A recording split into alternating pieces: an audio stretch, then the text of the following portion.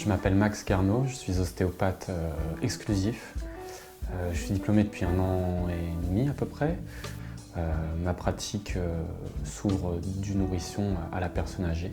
J'ai été intéressé de faire cette formation parce que dans le cadre de la pratique, on a des ressentis, des sensations, et parfois pas évident de toujours mettre des mots ou de retranscrire à un patient, voire à une personne du corps médical assez cartésienne, ce qui peut se produire dans nos traitements, dans nos prises en charge patients.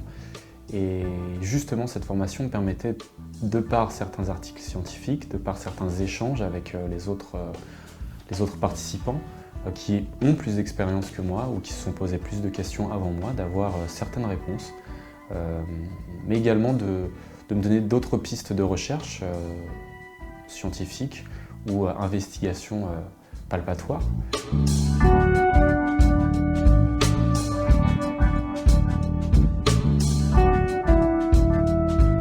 Ça me conforte et ça me rassure parce que je peux mettre certains mots sur certaines sensations.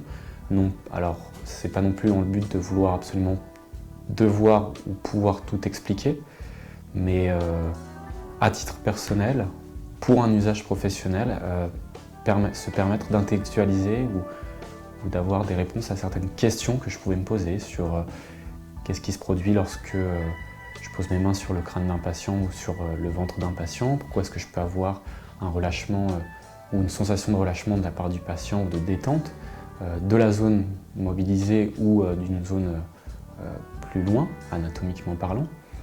Donc voilà, c'était vraiment dans le but d'avoir ce renfort, de me conforter et puis élargir vraiment ma culture générale thérapeutique. Si mes objectifs ont été comblés, je dirais que je savais de quoi la formation allait parler. J'avais pas spécialement d'attente, j'étais surtout curieux de voir ce qui allait être exposé et comment ça allait être exposé.